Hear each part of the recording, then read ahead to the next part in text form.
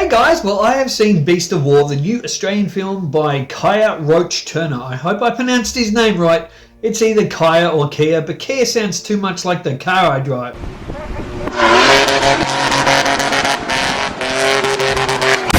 And I went into the film with not huge expectations and not knowing a whole lot about it, even though one of my friends said he really enjoyed it. And I saw it and, well, did I like it?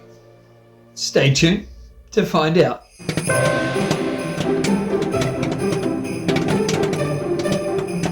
During World War II, a Japanese fighter sinks an Australian warship in the Timor Sea. Clinging to a makeshift raft, a handful of soldiers soon find themselves in a desperate fight for survival as a great white shark circles in the water. And to get straight to it, guys, you want to know, did I enjoy this film? Well, absolutely I did. I had an absolute blast with Beast of War, and there is so much here to recommend. Now, I'm going to look at the positives first, and then there are a few negatives. But overall, the film is directed really beautifully by Kaya. I think he's done a fantastic job here. Now, he's been restricted, obviously, by having to film this in a water tank, which I'm going to get to a little bit in one of my negatives. But overall, for those restrictions, I think he's done a really phenomenal job in trying to, and I say trying, to expand that world of what is inside a water tank to make the audience believe that we are in an ocean and this is a much bigger film. And I think it's not just himself, obviously his vision, but the cast and crew and everyone involved, including visual effects artists, have done that quite well. Also, what I liked about the film is trying to give the characters backstory and development in the first portion of the film. So in the first 15 minutes of the film, we see these characters training together, and they're not all peace-loving mung beans. There's a lot of tension, particularly between two characters. And those two key characters are the strong point of the film, and they are played by the two film's lead actors. And Leo is played by Mark Coles-Turner, an Aboriginal Australian actor, and he's got a phenomenal screen presence here. But as good as he is, the actor that steals this film is Sam Delic, who plays Des. I hope I've pronounced his name right as well. Delish, however you pronounce it. It's got a C and an H on the end. This guy is phenomenal. Now, he is a Whopper trained graduate that's at acting school in WA. And as I'm watching him on screen, I could not help but see Irish actor Aidan Turner. The spitting similarities between Delic and Aidan Turner is insane. He looks so much like him. But the camera loves Sam Delic. It absolutely loves this guy. He's got such an intensity about him, and he truly plays a phenomenal arsehole because his character is little much more than an arsehole. Now, we do see a bit of background story on him where he talks about his father that kind of gives the audience a hint of why this guy is such an ass. But the chemistry between Delic and Coles-Turner is fantastic, and it's really good, and it adds a lot of bite to the film. So, and I'll tell you one thing, guys, if Delic could do a good British accent, I think Amazon and the team behind the new James Bond film should look at this guy as the next James Bond, because I think he would be a fantastic James Bond. He's the same height as Daniel Craig, because I've done my research, and Sam Delic is 5'10". He looks bigger on screen as well. You wouldn't think he's 5'10". So, yeah, anyway, I think the performances here are wonderful with those two. Guys, if you've liked what you've seen here so far at Stevie G Talks Movies, then please do consider subscribing, and most importantly, hit the bell notification button so you get all video uploads. And don't forget, I love to read all your comments, so leave a comment below as well. Let's get back to the video. Now, the other actors, kind of a bit samey. We don't get a whole lot of them. Some of them look a little bit too alike. Some of them sound a bit too alike. There is one character in here who suffers amnesia. He gets a whack in the head or something, and he's a bit nuts. And he adds good humour to the film. But what the film does is it keeps you engaged with great humour. Now, even though there's this terrifying shark, which was filmed with an animatronic shark, which I think was a really intelligent decision here instead of shocking CGI, and the animatronic shark helps keep the tension without breaking the audience out of, unrealism. And the humour works pretty well with the film, and I think it's needed here.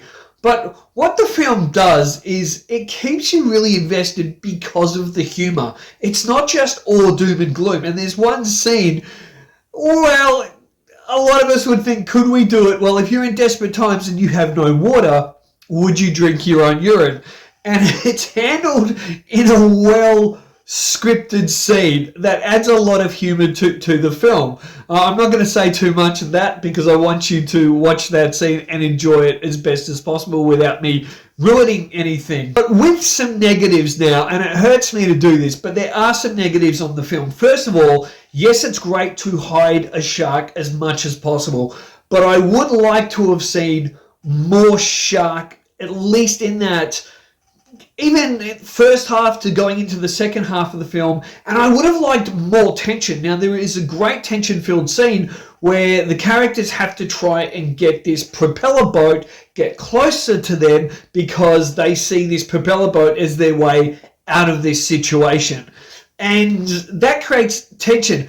But I wanted more tension instead of them waiting around a bit. And we do get some tension with a Japanese soldier turning up, and I won't say how he does, but he does turn up, and I would have liked more there. I think they could have gone in a different angle with that, even created, to try and create a pseudo-friendship with this Japanese pilot instead of him just being the crazy bad guy, for him to try and help get them out of the situation they're in. Even though, yes, he's on the other side, he's a Japanese pilot, and he's the enemy, I just think in the situation they were in, they could have created something there and something a bit more humane there. One of the other negatives for me is there is a subplot story about the main character, Leo, involving, I believe, his mother and a brother or something. And it reminds me of Two Hands, where there's this subplot in the classic film Two Hands that wasn't quite needed.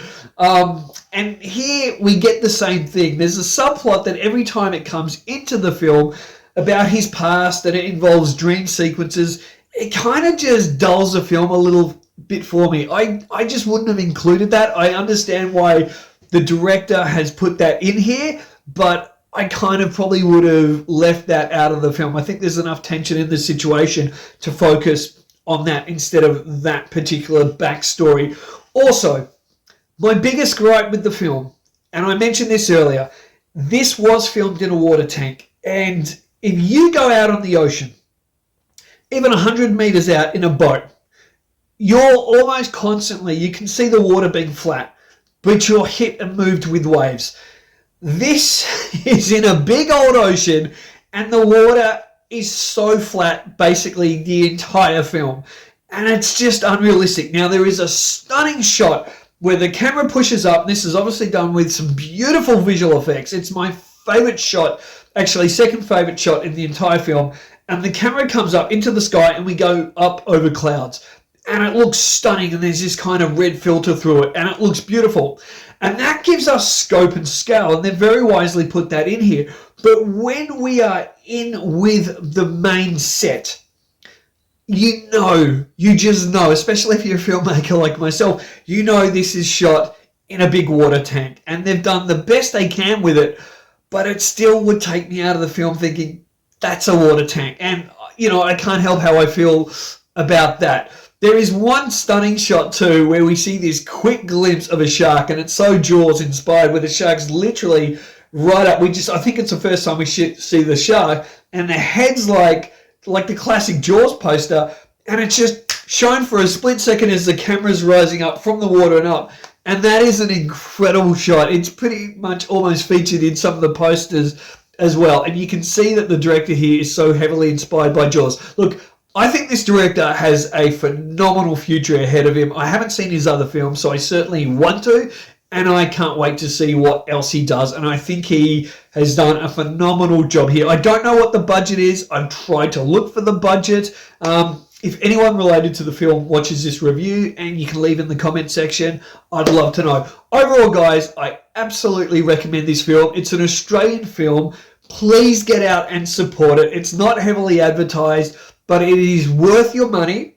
It's worth your time. You're going to see great action, adventure, a lot of laughs, and I think 2 really key performances and a great Australian director on the rise. So go out and support Beast of War, and I give it a really good. Ooh, that's good.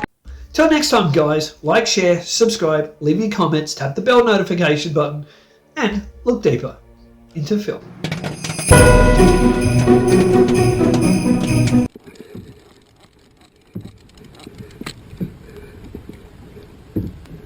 Whoa! Thank you for watching this film review at Stevie G Talks Movies. And remember, guys, if you haven't already, tap the bell notification button and subscribed. This is your chance to do so now. Until next time, I'll catch you later. And don't forget, always look deeper into film.